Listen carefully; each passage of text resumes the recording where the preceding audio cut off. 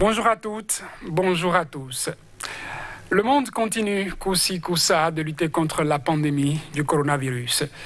Dans plusieurs pays, la situation semble sous contrôle, désormais avec la levée partielle de mesures restrictives, tout en restant vigilant.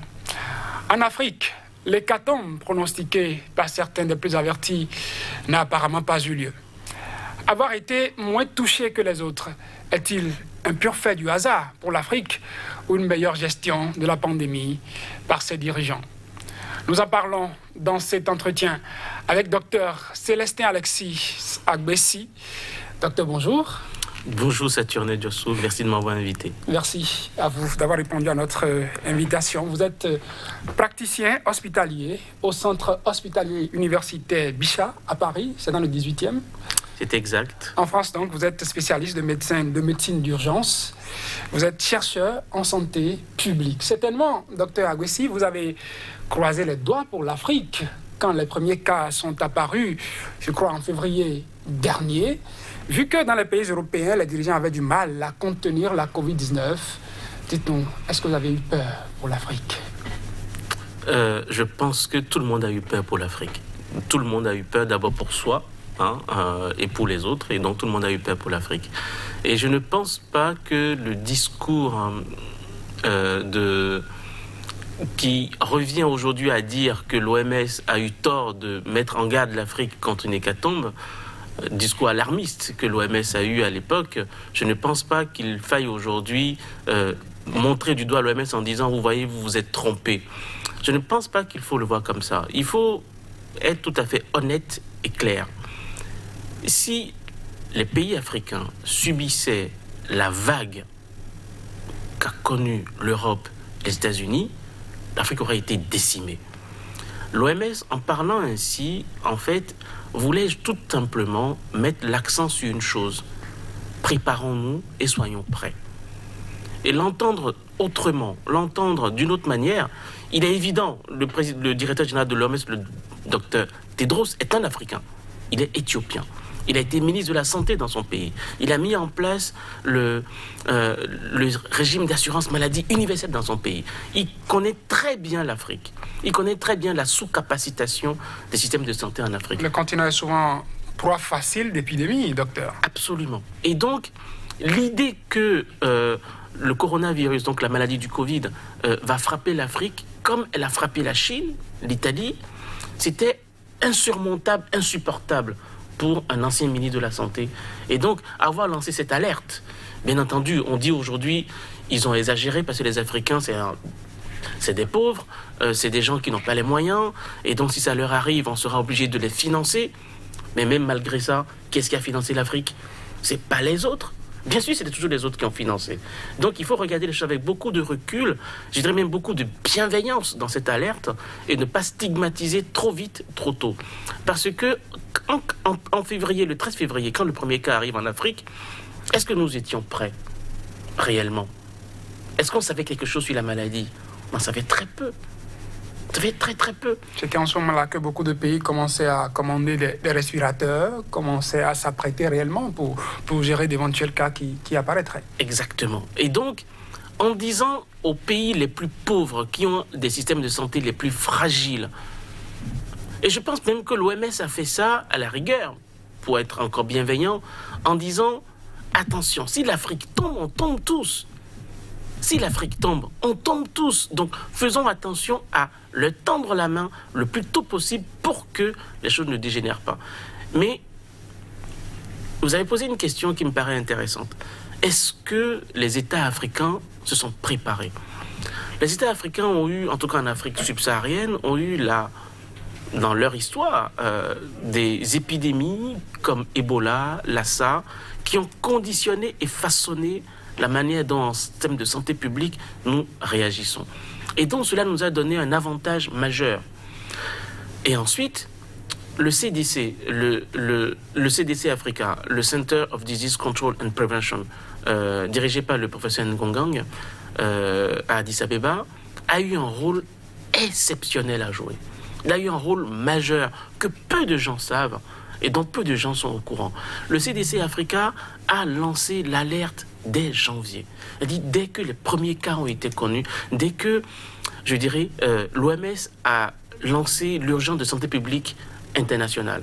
Et donc l'Afrique, et en réalité c'est là où il y a eu le vrai changement de paradigme en Afrique. Les pays africains tout seuls ne valent rien en termes sanitaires, mais vraiment rien du tout, hormis l'Afrique du Sud, le Ghana, le Sénégal et encore. Est-ce que vous savez, et je pense que peu de gens le savent, quand la pandémie a commencé, il n'y avait que 2 pays en Afrique qui pouvaient diagnostiquer la maladie. Que 2 pays en Afrique. On sait qu'habituellement, il fallait faire des prélèvements pour d'autres épidémies, attendre que les résultats viennent de l'extérieur. Exactement. Le temps qui courait était quand même quelque chose de préjudiciable à ce qu'on puisse réussir à sauver véritablement les vies qui étaient en danger. Donc, le CDC Africa a mis en place tous les tests que nous utilisons aujourd'hui en Afrique. Au départ, il n'y avait que 2 pays, le Sénégal et l'Afrique du Sud. Dans toute l'Afrique, sur les 54 pays, il n'y en avait que 2 qui pouvaient avoir le test. Donc le CDC Africa a formé, outillé tous les pays africains, je dis bien tous les pays africains, pour faire le diagnostic. Et donc en termes de préparation, ça a été exceptionnel. Quand parfois dans d'autres pays d'Europe, même aux États-Unis, les gens n'avaient pas les tests, les Africains, grâce au CDC Africa, avaient déjà les tests. Deuxième chose, il y a une organisation au niveau des ministres de la Santé de toute l'Afrique qui se réunissaient tous les vendredis, une fois par mois, pour discuter réellement de la propagation de l'épidémie, pour être informés en temps réel. Les chefs d'État africains se réunissaient grâce à l'Union africaine pour discuter de la préparation de la réponse en Afrique. Est-ce que tout ça a été un facteur qui a favorisé, en tout cas, le fait qu'on ait constaté que l'Afrique a été moins touchée? Est-ce que toutes ces préparations ont été efficaces? Ou est-ce que l'Afrique, comme beaucoup l'estimaient, était immunisée d'une certaine manière contre la Covid-19? L'Afrique n'est pas immunisée. Il y a des morts en Afrique. Je vais vous donner le tout dernier chiffre des morts en Afrique. Eh bien, écoutez, on est à 35 000 morts en Afrique pour 1 400 000 touchés aujourd'hui. D'accord ? Dans le monde, il y a 30 millions de gens malades et il y a 950, près d'1 million de morts aujourd'hui. L'Afrique n'est pas épargnée. Par contre, ces mesures qui ont été prises par le CDC Africa, et il faut encore une fois le rappeler, ont été extrêmement efficaces dans la protection par le diagnostic de la maladie. Si on ne diagnostique pas une maladie, elle n'existe pas. Si on ne sait pas la diagnostiquer, on ne peut pas la traiter. Ça, c'est la première chose. La deuxième chose, c'est avec les connaissances qu'on a aujourd'hui, l'Afrique a été protégée, non pas parce qu'elle a une magie particulière, non.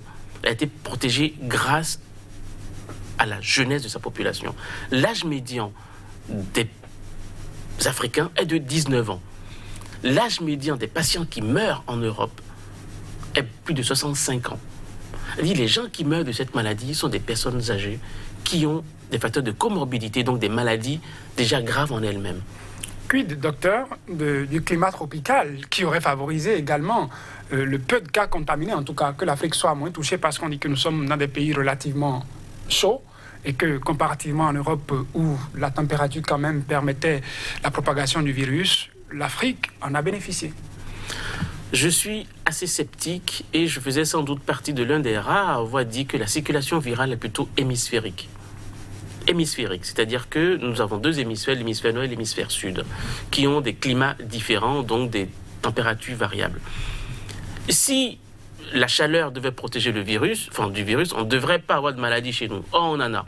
Au Bénin, on en a. Au Togo, on en a. En Afrique du Sud, on en a. Mais il y a une constante, c'est-à-dire que quand l'hémisphère nord est en hiver, donc dans le froid, l'hémisphère sud est en été, donc il fait chaud. Or, nous constatons que les maladies respiratoires, les maladies virales respiratoires, surviennent dans un temps d'hivernage. Et nous, notre temps d'hivernage, quand l'Europe était en hiver, on était en été. Et donc forcément, notre hivernage, on est en train de le vivre maintenant. Depuis le mois de juin, il fait froid, il pleut. Avant-hier, il a plu. Hier, il a plu. Il y a des inondations chez nous. On est en hivernage. Et quand on est en hivernage, il y a une plus grande transmission des virus respiratoires. Vous allez au CNHU, vous allez au CHDO, vous allez à Parakou. C'est pareil partout. On tousse, on a de la grippe même chez nous, d'accord? Comme en Europe, on a de la grippe. Donc, c'est une question non pas de température, mais c'est une question de climat. C'est très subtil, c'est une question de climat et de temps de climat.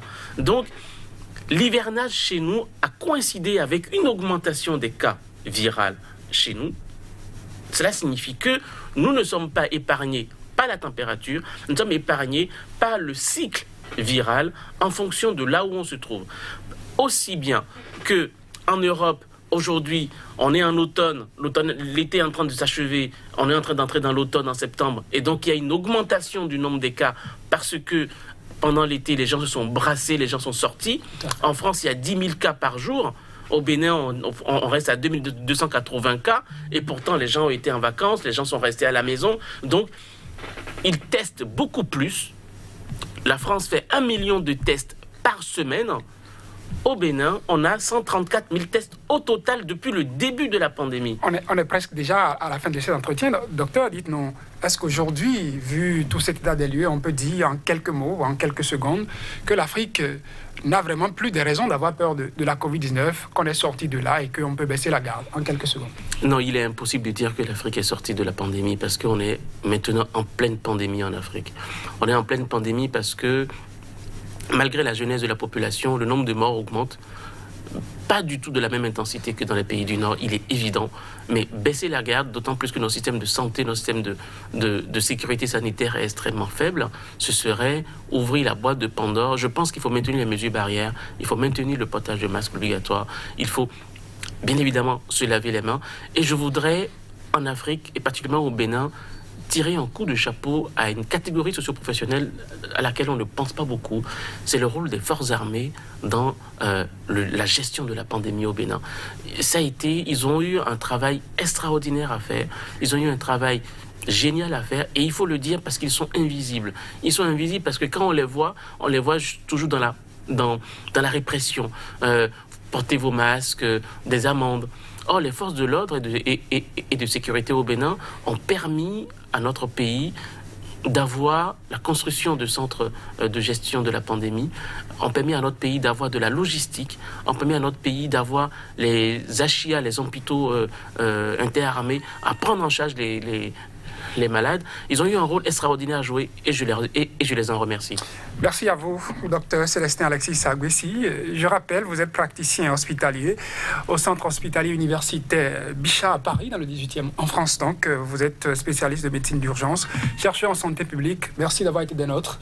Mesdames, Messieurs, merci d'avoir suivi ce numéro d'entretien. On se retrouve prochainement pour un autre numéro.